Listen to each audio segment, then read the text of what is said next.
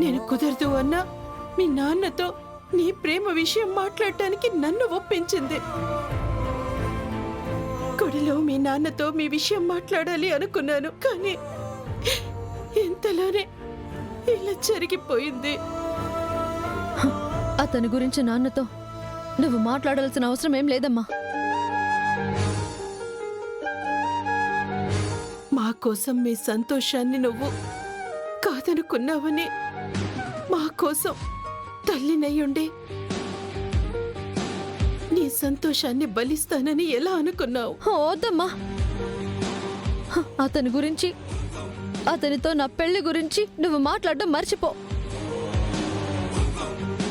అలాంటి వాణ్ణి నేనే కాదు, అతని గురించి తెలిసిన ఏ ఆడపిల్ల కూడా పెళ్లి చేసుకోదు. అంతగా ప్రేమించావని ఆర్చి చెప్పింది. నువ్వేంటమ్మా అలా మాట్లాడుతున్నావు?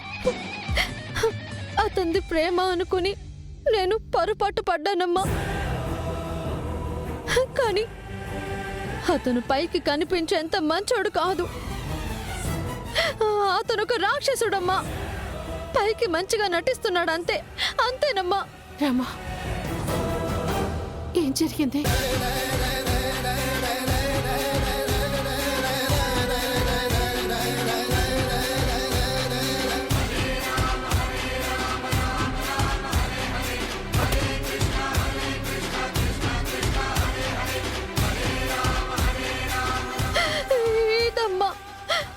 ఇదమ్మా జరిగింది.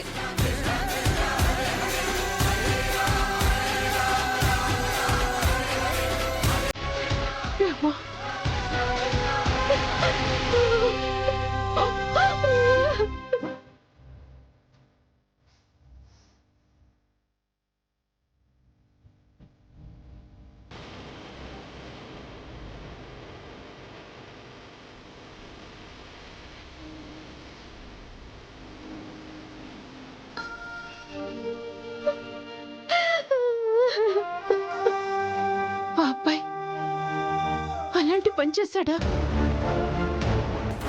నువ్వంటే ఎంతో ప్రేమ ఉంది అతనికి అని ఆచి చెప్పింది కదమ్మా. అదంతా నటనమ్మా. నా జీవితం నాశనం చేసి ఎలాగైనా నన్ను సొంతం చేసుకోవాలని చూశాడమ్మా. అతన్ని నమ్మి పిచ్చి దానిలాగా ప్రేమించి అతని చుట్టూ తిరిగాను నేను. నా మీద నాకే అసహ్యం వేస్తుందమ్మా.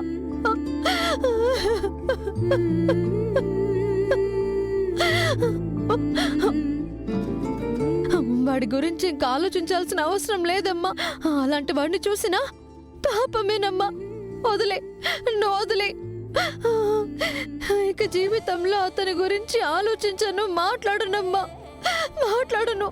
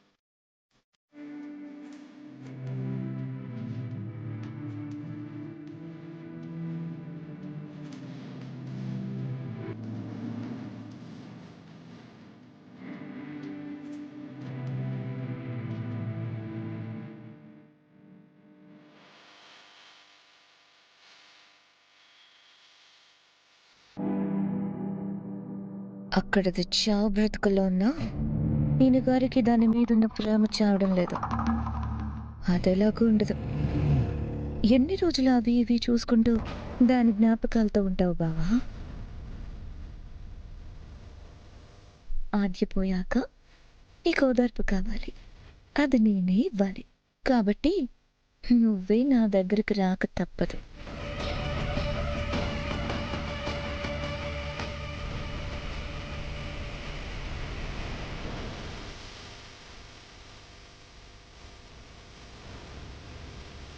ఆద్యకి ఇప్పుడు ఎలా ఉందయ్యా? డాక్టర్ గారు ఏం చెప్పారు? ఇప్పుడే ఏం చెప్పలేమంటున్నారమ్మా. ప్రాణాలకే ప్రమాదం అంటున్నారు. అయ్యో భగవంతుడా,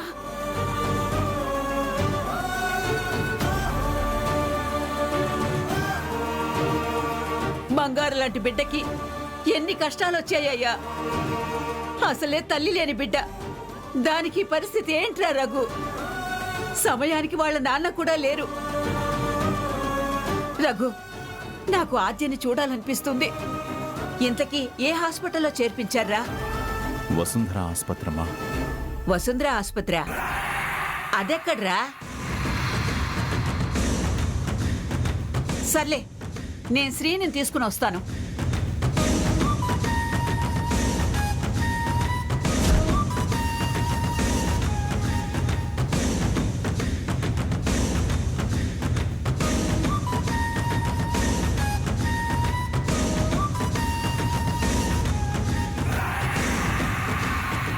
శ్రీను,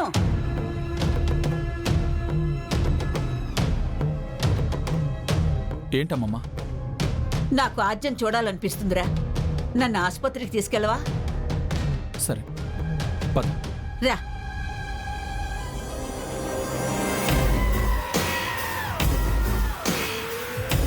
వసుంధర హాస్పిటలా? అంటే వాళ్ళ నాన్నను కూడా చేర్పించింది అక్కడే కదా? అక్కడ పెద్దనాన్న పెద్దమ్మ ఉన్నారంటే ఈ రామలక్ష్మి కూడా పోయింది. వాళ్ళల్లో ఎవరైనా ఆయన చూస్తే వామ్మో మన గుట్టు బట్టబయలైపోదు. ఏం చేయాలి? అయ్యో,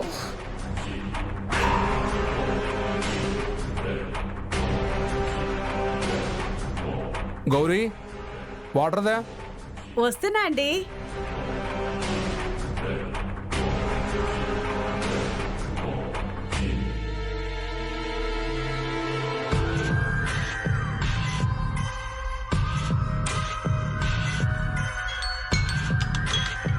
అరే, చారు ఫోన్ చేస్తుంది. మాట్లాడు. చెప్పమ్మా చారు. నాన్న, ఇక్కడ కొంపలు అంటుకునేలా ఉన్నాయి నాన్న. ఏమైందమ్మా? ఆ ఆద్య చావాల్సింది బ్రతికి హాస్పిటల్లో చేరింది. చావాల్సిందా? ఏమైంది? నేనే చంపాలని చూశాను. వాళ్ళ నాన్నని నేను చంపాలనుకుంటే కూతుర్ని నువ్వు చంపాలనుకున్నావా? అసలేం జరిగిందమ్మా? మంటల్లో మాడి మసైపోతుందనుకుంటే హాస్పిటల్లో చేర్చారు. తప్పించుకుంది. అది తప్పించుకుందని బాధపడుతుంటే వాళ్ళు దాన్ని తీసుకుపోయి వెళ్ళి ఆ వసుంధర హాస్పిటల్లోనే వేశారు. ఆ హాస్పిటల్లోనా? ఆ హాస్పిటల్లో వాళ్ళ నాన్నున్నాడు కదమ్మా. ఆ, అందుకే అది తెలియగానే నీకు ఫోన్ చేశాను. ఆ ఇంట్లో వాళ్ళు ఎవరైనా హాస్పిటల్కి వెళ్ళి చూసారంటే ప్రమాదం కదా చారు. వెళ్ళి చూస్తే కాదు, ఆద్య కోసం ఆ ముసల్దాంతో సహా అందరూ హాస్పిటల్లోనే ఉన్నారు. వాళ్ళల్లో ఎవరైనా అతన్ని చూసారంటే అమ్మో.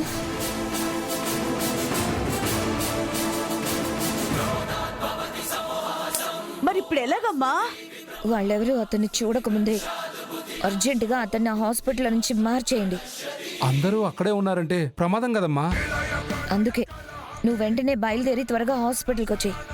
అలాగేనమ్మా, ఇప్పుడే బయలుదేరుతున్నాను. నేను వస్తున్నాను. గౌరీ, నువ్వు ఇక్కడే ఉండు, నేను హాస్పిటల్కి వెళ్ళొస్తాను. జాగ్రత్త అండి.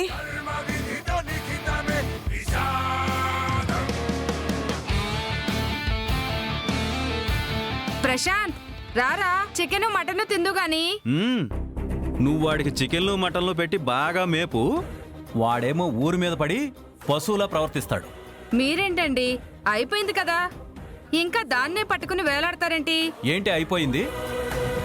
వీణ్ణి చూసినప్పుడల్లా ఎక్కడో పేపర్లలో టీవీల్లో కనిపించేలాంటి వాడు ఉంటాడే, నా కొడుకు రూపంలో నా ఇంట్లోనే ఉన్నాడా అనిపిస్తుంది. అసలు అలాంటి ఆలోచన ఎలా వచ్చిందిరా నీకు? నీ చదువు నీకు నేర్పించిన సంస్కారం ఇదేనా? అలా చేస్తేనే రామలక్ష్మి నా భార్య అవుతుందని.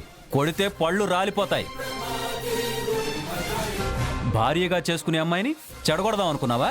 అదే జరుగుంటే ఆ అమ్మాయి జీవితంలో నీ మొహం చూసేదా? ఆ రఘురామ్ గారు, శివరాం గారు నిన్ను బతకనిచ్చేవాళ్ళ? ఈ నింద వాడి మీద వేసుకున్నాడు కాబట్టి సరిపోయింది. రేపొక రోజు వీడు ఇలాంటి పని చేశాడని పొరపాటున ఆ రఘురామ్ గారికి తెలిస్తే అల్లుణ్ణి చేసుకుందాం అనుకున్నవాడు కూతుర్ని పాడు చేయబోయాడని తెలిస్తే వీడిని ప్రాణాలతో ఉండనిస్తాడా? ఆయన్ని దేవుళ్లా కొలిచే ఈ ఊరి జనం మనల్ని బ్రతకనిస్తారా? నా అల్లుడని ఆయన కుటుంబం అంత గౌరవం ఇస్తుంటే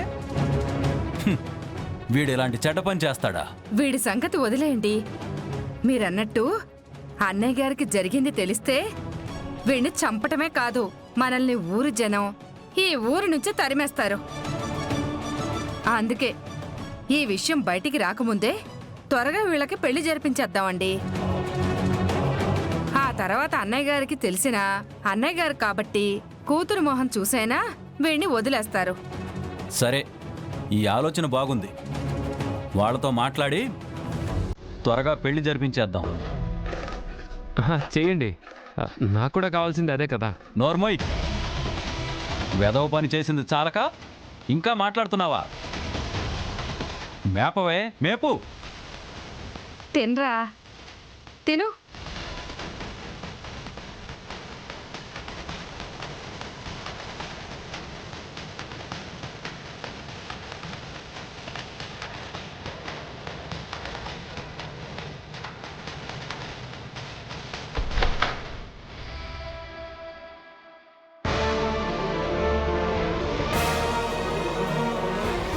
ఎందుకు ఇలా చేశారు? ఎందుకు నా జీవితం నాశనం చేయాలని చూశారు? ఆడపిల్లల పట్ల మీరు చూపించే జాగ్రత్త, గౌరవం చూసి నా మనసులో మీ మీద ప్రేమ పెంచుకున్నాను సార్. మీ మనసులో నాకంటూ ప్రత్యేకంగా ఒక చిన్న చోటు దొరికినా చాలు అంటూ మీ చుట్టూ తిరిగాను సార్. మిమ్మల్ని ప్రేమించినందుకు ఇదా సార్, ఇదా మీరిచ్చే బహుమతి నాకు? నా జీవితం నాశనం చేయాలన్న ఆలోచన మీకు అసలు ఎలా వచ్చింది సార్? నేను కూడా అందరిలాంటి మగాడినే కదా. కాదు, అలాంటి వాడివే అయితే నన్ను ప్రశాంత్ ఒంటరిగా వదిలేసిన రోజే నన్ను కాపాడి ఇంటికి తీసుకువెళ్లేవారే కాదు సార్. నా కోసం మీరు దెబ్బలు తినేవాళ్లే కాదు. ఇదే గదికి ఒంటరిగా ఎన్నిసార్లు వచ్చినా ఏనాడు నా విషయంలో చిన్న తప్పు కూడా చేయలేదు సార్ మీరు. మా బాబాయ్ మిమ్మల్ని తిట్టినా, పోలీస్ స్టేషన్లో పెట్టి కొట్టించినా కూడా నన్ను ఒక్క మాట కూడా అనలేదు సార్ మీరు. అలాంటి మీరు ఇంత దుర్మార్గం చేశారు అంటే లేదు సార్, నేను నమ్మలేకపోతున్నాను సార్. ఇన్ని రోజులుగా మీ మీద నేను పెంచుకున్న నమ్మకం మోసపోయింది అంటే తట్టుకోలేకపోతున్నాను. నిజం చెప్పండి సార్, ఎందుకు ఇలా చేశారు? ఎందుకు నన్ను పాడు చేయాలనుకున్నారు? మీ మౌనం నాకు సమాధానం కాదు సార్. మీరు దుర్మార్గుడు అంటే నా మనసు నా మాట వినడం లేదు. నేను ప్రేమించిన మనిషి ఇంత రాక్షసుడని అలాగే నాకు నేను చెప్పుకోలేకపోతున్నాను సార్. సార్, నా మీద ఒట్టేసి చెప్పండి సార్, ఎందుకు ఇలా చేశారు? చెప్పండి సార్, నాకు సమాధానం కావాలి సార్. నా నమ్మకం నిజంగా మోసపోయిందా లేదా అనేది నాకు తెలియాలి. చెప్పండి సార్, నిజంగానే మీ లోపల అంత దుర్మార్గుడున్నాడా?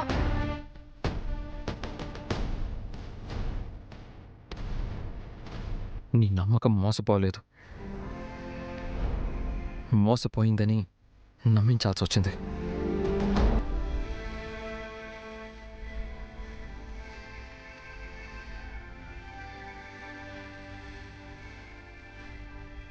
అంటే మీరు నన్ను నీ విషయంలో తప్పు చేస్తాను, తప్పుగా ఆలోచిస్తాను అని ఎలా అనుకున్నావు?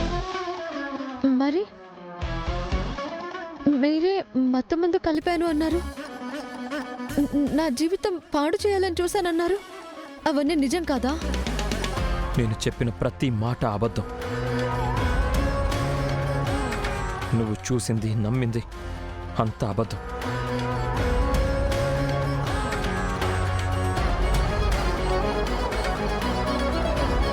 మరి నిజమేంటి సార్? నా కళ్ళే నన్ను మోసం చేశాయా? ఏం జరిగింది సార్? నీకు పానకం ఇచ్చింది నేనే, కానీ అందులో మత్తు మందు కలిపింది మాత్రం నేను కాదు.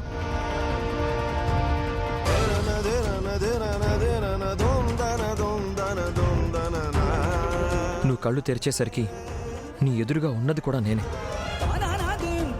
కానీ నిన్నక్కడికి తీసుకెళ్ళింది మాత్రం నేను కాదు. మరి ఎవరు సార్? ఎవరు ఎవరు తప్పుని మీ మీద ఎందుకు వేసుకున్నారు సార్? మత్తు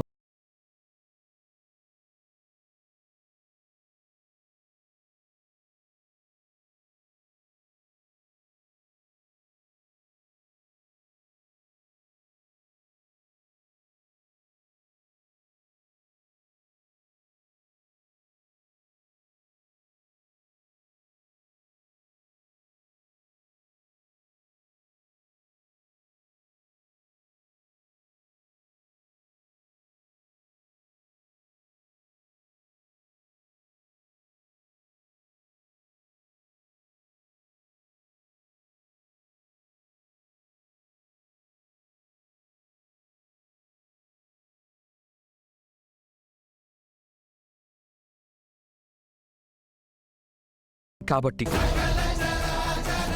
వాడు మీ నాన్న దృష్టిలో చెడ్డవాడు కాకూడదు. కాబట్టి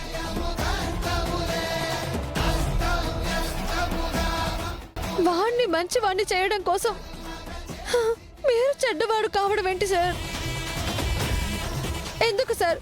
ఎందుకు సార్ ఇలా చేశారు? ఎందుకంటే వాడు నా తమ్ముడు కాబట్టి.